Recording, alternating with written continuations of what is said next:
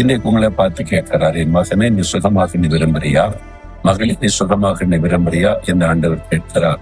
உன்னுடைய விருப்பத்தை அறிந்துதான் அவர் அற்புதம் செய்ய முடியும்.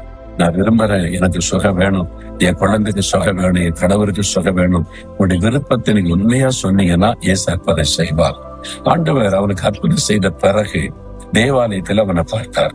பார்த்துட்டு 14ஆம் வசனம் சொல்லுகிறாரு, அவனை தேவாலயத்துல கண்டு, மகனே இதோ நான் நீ சுகமாயிட்ட, நான் அவனை சுகம் தந்துட்டேன், அதிக கேடானது ஒன்றும் வராதபடி இனி பாவம் செய்யாதே அப்படின்னு இயேசு சொல்லுகிறார்.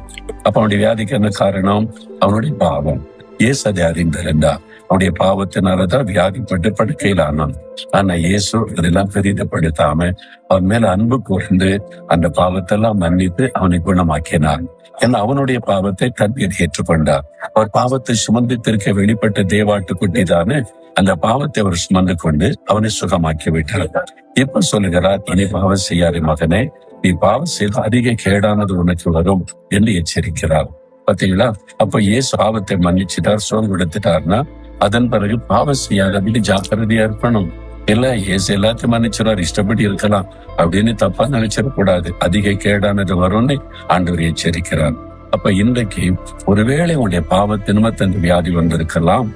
உங்களுடைய பாவம் சாபம் இதோட மீறுதல் நிமித்தம் அது உணர்ந்த ஆண்டவரே என்னை மன்னிச்சிருங்க, என் கணவரை மன்னிச்சிருங்க, பிள்ளையை மன்னிச்சிருங்க, என் குடும்பத்தினுடைய பாவ சாபத்தை மன்னித்து சுகம் கொடுங்க அப்படின்னு நீங்க ஒரு வார்த்தை சொன்னா போதும், அவர் மனம் உருகிடுவார், இறங்கி ஒரு அற்புதத்தை செய்வார். இன்றைக்கு உங்க வீட்டுல ஒரு அற்புத சுகம் உண்டாக போகிறது. அற்புதத்தை பார்க்க நான் விசுவாசிக்கிறேன். இந்த இடத்துல 38 வருஷம் வியாதியஸ்தனை குணமாக்கிய இயேசு இப்ப உங்களை தொட போகிறார். நீங்க வியாதியுடன் இருக்கீங்களா? கை வைத்து சொல்லுங்க. உங்க வீட்டுல யாராவது வியாதியோடு இருக்காங்கன்னா அவங்களை நினைத்து விருப்பத்தோடு சொல்லுங்க. இயேசுவேன்னு சொல்லுங்க.